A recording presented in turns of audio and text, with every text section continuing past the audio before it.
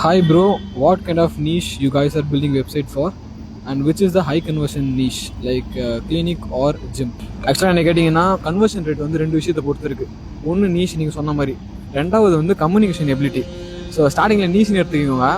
நீஷ்லேயே வந்து 3 விதம் இருக்குது. ஒன்று வந்து கன்வர்ஷன் ரேட் அதிகமாக இருக்குது நீஷ், லைக் டென்டல் கிளினிக்லாம் அதிகமாக இருக்குது என்ன கேட்டிங்கன்னா. ரெண்டாவது வந்து லோ டு மிட் கன்வர்ஷன் நீஷ்னு எடுத்துக்கிட்டிங்கன்னா கன்ஸ்ட்ரக்ஷன், பிளம்பிங், எலக்ட்ரிசிட்டி, அப்புறம் கேட்டரிங் வரும் மேபி. அண்ட் இந்தமாதிரி நிறைய நீஷ் இருக்குது. பிகினராக இருக்கீங்கன்ற டைமில் நீங்கள் லோ டு மிட் கன்வர்ஷன் இருக்கிற நீஷஸை ட்ரை பண்ணுங்கள். இப்போ டென்டல் நீஷ் எடுத்துட்டீங்க, இல்லைனா கிளினிக் சம்மந்தமாக எந்த நீஷ் எடுத்துக்கிட்டீங்கனாலும் காம்ப்ளெக்சிட்டி அதிகம், கன்வர்ஷன் ரேட்டும் அதிகம். ஸோ அந்தமாரி நீஷை எடுக்கணும், க்ளோஸ் பண்ணணும்னா கம்யூனிகேஷன் எபிலிட்டி உங்களுக்கு இருக்கணும். அது ரெண்டாவது முக்கியமான பாயிண்ட்.